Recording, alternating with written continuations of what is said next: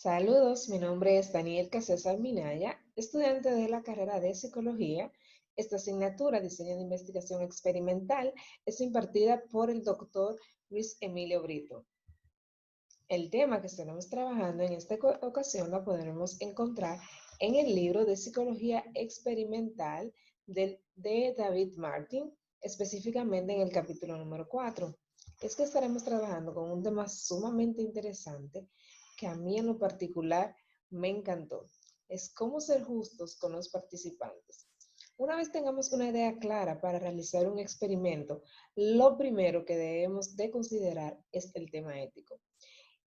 Y es que como experimentadores podríamos faltar a la ética de dos maneras. La primera sería tratar mal a las personas o animales cuyo comportamiento tratamos de medir, o tratar mal al conjunto de conocimientos científicos que tratamos de establecer. En otras palabras, podríamos tratar a la ciencia de manera improcedente. Aquí analizaremos la primera parte, el trato justo a los participantes. Y es que a manera introductoria podría decir que la clave para ser justo con los participantes se resume en Mateo 7. Todo lo que deseen que los demás hagan por ustedes, háganlo por ellos. Básico, simple. Ponernos en el lugar de los participantes, como quisiéramos que nos trataran si fuéramos nosotros los participantes y no los experimentadores.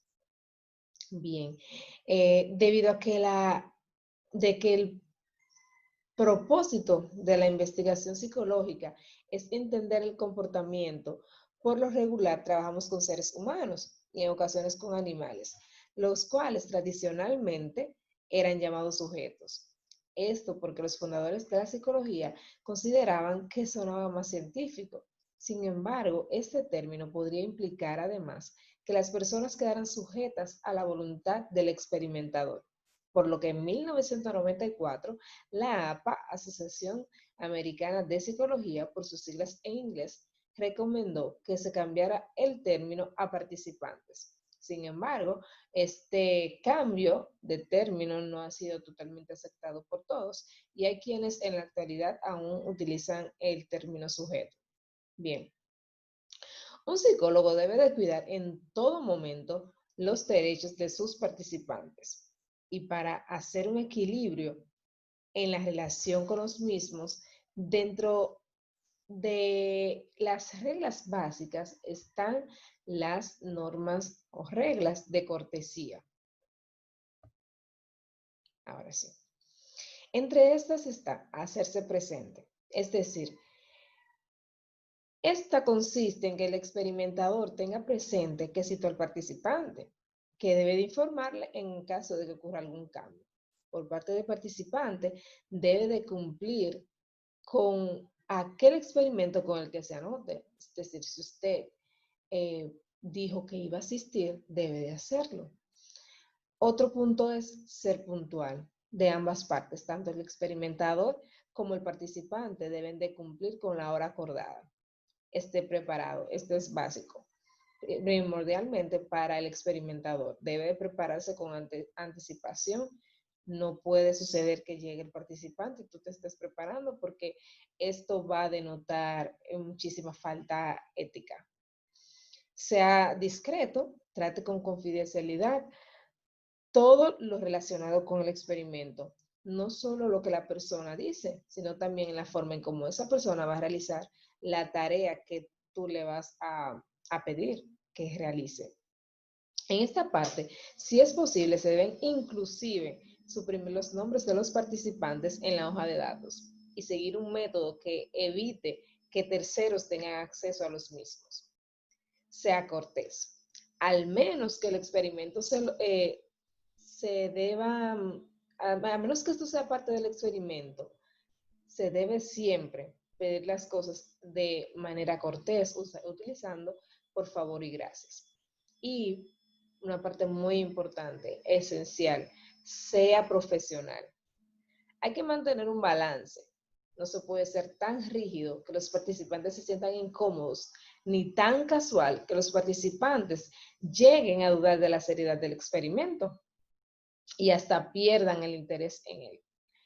Estas reglas se ven muy sencillas, pero no todos los temas éticos relacionados con los participantes humanos están claros. Por esta razón, todas las instituciones de investigación cuentan con consejos institucionales de revisión, los cuales están formados por investigadores experimentales y en ocasiones médicos y otros expertos técnicos. Con ellos, el investigador llena una serie de preguntas que van desde si se le pedirá a los participantes que den su consentimiento informado, se debe describir además el experimento, verificar la confiabilidad y los miembros del consejo verificarán si los riesgos que pueda tener la investigación sean físicos psicológicos y en caso de que hayan riesgos, es su deber velar porque los mismos sean mínimos. Y en caso de que sean necesarios estos riesgos, deben determinar si los beneficios que derivan de la investigación sobrepasan los riesgos. Ahora bien, cuando los participantes se presentan a un experimento, por lo general tienen poca idea de lo que se les pedirá, aunque por lo regular estén interesados por el experimento y quieren, lógicamente, saber de qué se trata, cuál es el objetivo en sí del experimentador. Aunque el investigador no le revele nada, los participantes a través de pistas que el investigador les da, va a tratar de adivinar cuáles son esas pistas que influyen en los participantes. A estas pistas vamos a llamar características de la demanda. Es cierto que el experimentador proporciona ciertas pistas, pero el participante casi siempre confiere características de la demanda por sí solo, a veces porque han investigado acerca de experimentos psicológicos o han sido parte de algún caso de algún curso de psicología previamente o simplemente por lo que han escuchado acerca de los experimentos. Entonces van a tener expectativas que pueden interferir en el experimento a tal grado que sus resultados no van a ser útiles. Y para minimizar las pistas, los investigadores tratan de estandarizar los experimentos, utilizando siempre el mismo formato para tratar de que los participantes no se lleven estas pistas. Entonces, las respuestas que los participantes van a dar ante las características de la demanda son tres. Podrían ser participantes cooperativos, participantes defensivos o participantes que simplemente no cooperan. La mayoría de las personas, al darse cuenta de las características de la demanda, tienden a ser cooperativos, inclusive de manera sorprendente, a tal grado que pudiera adoptar posiciones o dar respuestas que sabe que son erróneas, pero para cumplir con las demandas del experimentador son las que va a proporcionarnos. Están por otro lado los defensivos, son otros participantes que están menos interesados en que se vea bien el experimentador que en verse bien ellos mismos. Los participantes que tratan de desempeñarse muy bien son una ventaja en los experimentos, pero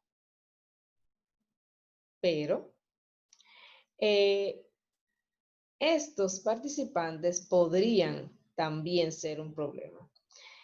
Supongamos que estamos investigando las diferencias en cuanto a cómo latinos y anglosajones ven los comportamientos relacionados con los roles de género en los niños. Y para ello solicitamos tanto personas españolas como anglosajonas que cumplan estas características.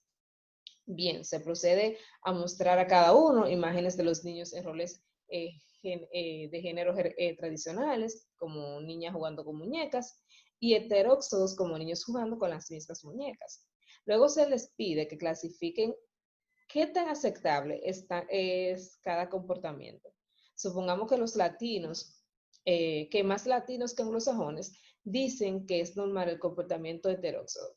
Podríamos concluir entonces que los latinos son más liberales que los anglosajones. Sin embargo, hay otra interpretación que nos dará una clara idea de a qué nos estamos refiriendo con participantes defensivos, y es la siguiente. Los miembros de cada grupo desde el principio ya sabían para qué fueron seleccionados, conocían las características de la demanda. Entonces, puede ser que los latinos estuvieran más interesados en defender el orgullo de su grupo étnico y por eso se pusieron a la defensiva, aun cuando no necesariamente estuvieran de acuerdo con el comportamiento heterodoxo de los niños. ¿Sí me siguen? Bien. Entonces están finalmente los participantes que no cooperan. Son otros participantes que por el contrario no son ni colaboradores ni defensivos, simplemente no colaboran. Este tipo de participantes, al igual que los anteriores, tratan de determinar las características de la demanda, pero para contrariar totalmente la hipótesis del experimentador. Esto puede deberse a diferentes causas, desde que no le caiga bien al experimentador o participen para cumplir algún requisito. Pero sea cual sea la causa, este tipo de participantes constituyen un verdadero problema para el experimentador. Ahora bien, ustedes se preguntarán, ¿cómo minimizar las características de la demanda? Entonces, ahora vamos a hablar de esta parte. Está en primer lugar automatizarlas. Hablamos al principio que podemos estandarizar. Es básicamente esto, para de esta forma despistar a los participantes. Se podría, por ejemplo, pedir a alguien que no esté al tanto del resultado que se espera, que grabe las instrucciones para minimizar el sesgo del experimentador causado por las inflexiones de la voz. Es decir, minimizar que pueda tomar otra dirección debido al cambio de voz que puede emitir el experimentador de manera inconsciente, por lo que esto podría darle pistas al participante. Está ciego y doble ciego. Es importante que ni el participante ni el experimentador conozcan las manipulaciones. Es decir, ninguno de los dos debe conocer el valor de la variable independiente. Por ejemplo, en un experimento que se desea saber si es posible conocer el color de los objetos con solo tocarlo, se podría vendar los ojos de los participantes y darle cartas de diferentes colores para que ellos los agrupen con los ojos vendados dependiendo del color. Pero podríamos darnos cuenta que sería necesario también que el experimentador tuviera de espalda o en algún lugar que tampoco pudiera observar o también con los ojos vendados, ya que los participantes podrían percibir a través de la percepción extrasensorial, como por ejemplo el ritmo de la respiración, las toses, gruñidos, podrían cualquiera de esos indicarle al participante cuando estuvieran acertando o cuando no. Por lo que no conocer en ninguno de los dos lados el valor de la variable independiente ayuda muchísimo a minimizar la demanda. Está también dar un placebo en el caso de los medicamentos. Ese sería administrar una sustancia inerte que contenga la misma textura y sabor, pero que no contiene el mismo ingrediente. El propósito es reducir el efecto de doble ciego, es decir, que ni el participante ni el investigador sepan si un individuo toma una pastilla o un placebo. Y están los experimentos experimentadores múltiples. Esta es la tercera opción. Si tienen varios experimentadores, esto disminuirá el sesgo, que el sesgo influya en el resultado y por el contrario aumentará la generalidad de los resultados. Ahora bien, si luego de seguir estos pasos para minimizar las características de la demanda, aún continúan entrometiéndose en el experimento, podríamos detectarlas de la siguiente manera. Vamos a ver. Entonces está el interrogatorio posterior. Ahora sí. El interrogatorio posterior al experimento. Este va desde preguntas casuales hasta cuestionarios bien estructurados. Si queremos obtener buenos resultados, tenemos que prepararlo con anticipación. Las interrogantes no deben incluir características de la demanda. Me explico. En el experimento del comportamiento de los niños y los roles de género, si preguntáramos, por ejemplo, a los latinos, si sabían que los demás participantes eran anglosajones, obviamente, incluiríamos las características de la demanda y ellos responderían que no. Otra forma de probar si las características de la demanda podrían haber afectado los resultados es comparándolos con un grupo control no experimental. Este grupo no está expuesto a las manipulaciones de la demanda. Este grupo no está expuesto a la manipulación de la variable independiente. Simplemente se les habla acerca del experimento y se les da instrucciones. Se les muestra un aparato cualquiera y se les pide que describan cómo creen que se desempeñarían si se les pusiera a una situación similar. Si su pronóstico es similar al resultado del grupo experimental, es probable que hayan detectado las características de la demanda.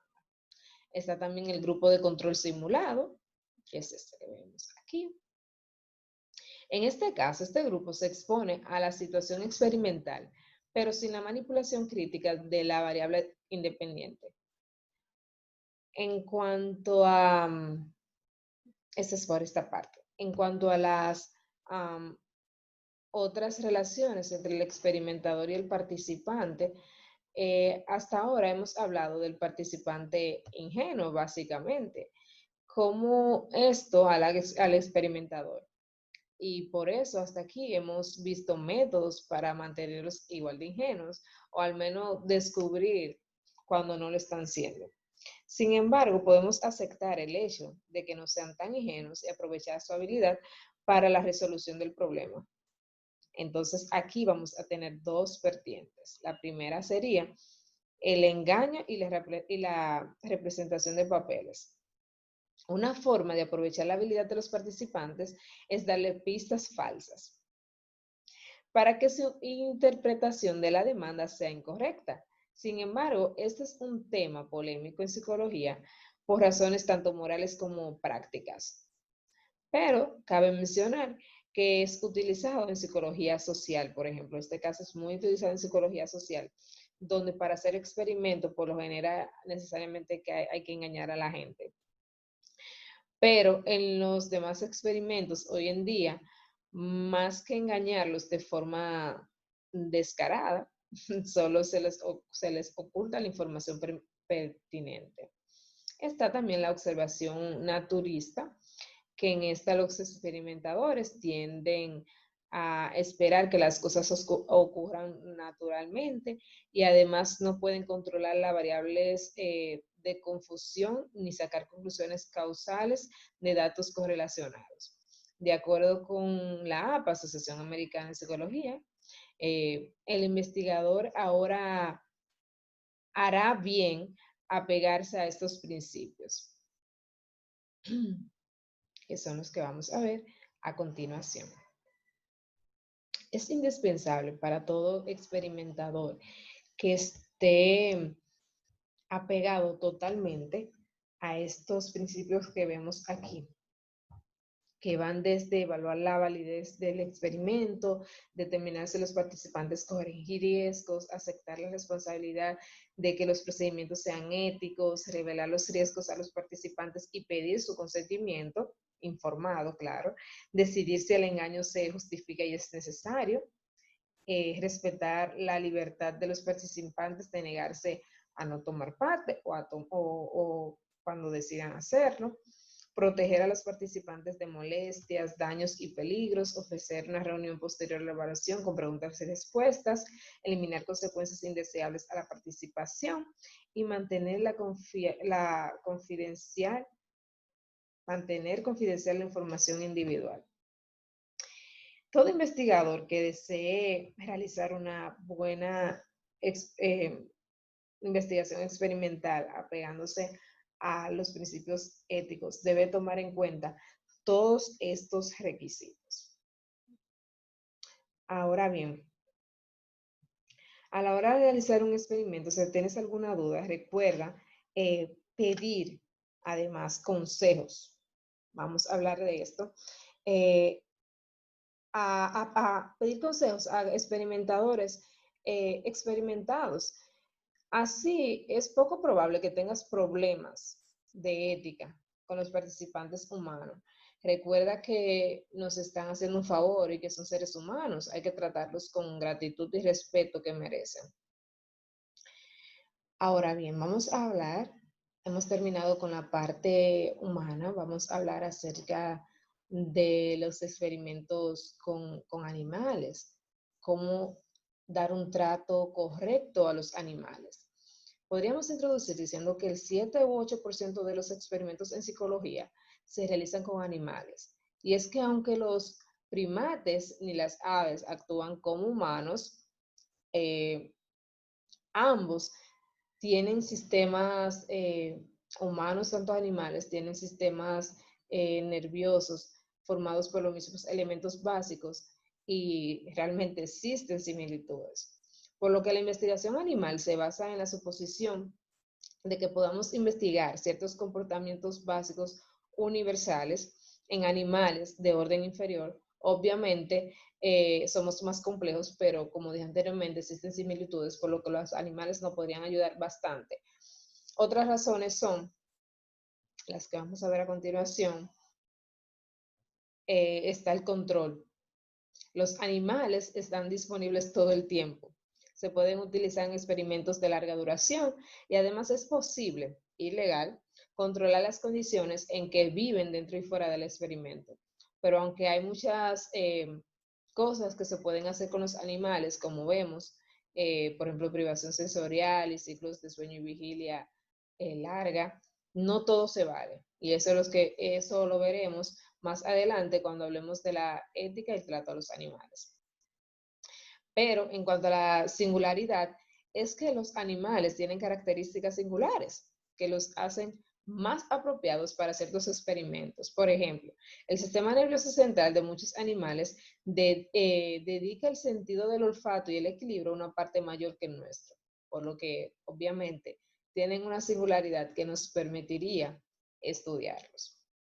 Y están los efectos irreversibles. Esa es una parte muy importante, porque, o sea, podríamos recurrir a animales inferiores cuando el experimento pudiera tener efectos irreversibles en órganos y funciones, además de que en muchos casos se requiere la muerte del animal para realizar una histología para determinar cambios estructurales. Entonces, obviamente, no vamos a experimentar con humanos, necesitaríamos animales. Pero para esos experimentos tenemos que hablar de ética animal. Tras una larga historia de lucha y movimientos y controversias sobre los derechos de los animales, inclusive algunos consideran que los derechos animales deberían ser igual que los humanos, a tal punto va la controversia, muchos consideran que no se debería experimentar con ellos.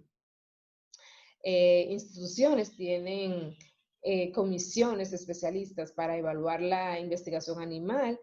Hay que siempre pensar que estos solo fijarán criterios mínimos, por lo que es cuenta propia, deber nuestro, cumplir con normas éticas y más elevadas.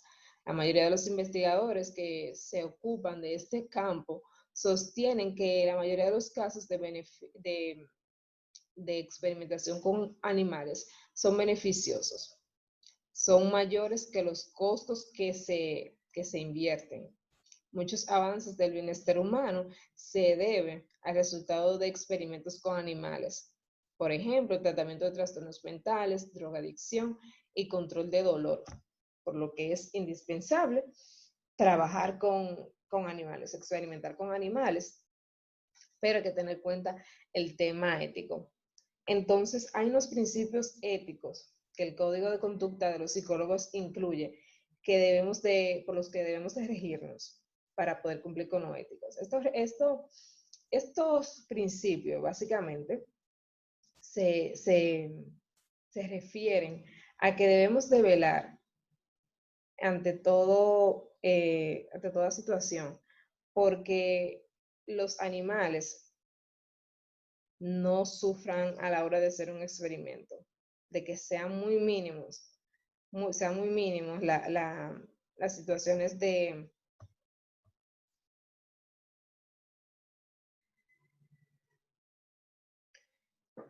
Estos principios básicamente nos hablan de que los psicólogos deben de hacer esfuerzos razonables para minimizar la incomodidad, infecciones, enfermedades, el dolor que los sujetos animales puedan presentar en el experimento. Debemos de aplicar métodos, procedimientos. En el caso de que debamos de provocar necesariamente estos métodos o procedimientos que van a provocar dolor o estrés o privación a los animales, siempre que la meta sea justificada, educativo, práctico, a lo que se espera. Es la única forma que sea justificable y que prevé los principios. Los psicólogos que realizan procedimientos quirúrgicos bajo anestesia en todo momento y siguen técnicas para evitar infecciones y minimizar el dolor. Estos principios éticos, los que nos dicen cómo proceder a la hora de experimentar con animales. Por ejemplo, en el caso de que se deba poner fin a la vida de un animal, debemos de proceder de una manera que el dolor sea muy mínimo. Debemos de ser rápidos y no hacer sufrir a los animales. Entonces, como psicólogos experimentales, debemos de tomar en cuenta esos principios éticos, tanto con humanos como animales, si queremos al final del día realizar una investigación experimental que cumpla con todos los requisitos de la ley, todos los principios éticos y morales. Hasta aquí mi parte. Muchísimas gracias por este tiempo que me han dedicado. Que pasen un feliz resto del día.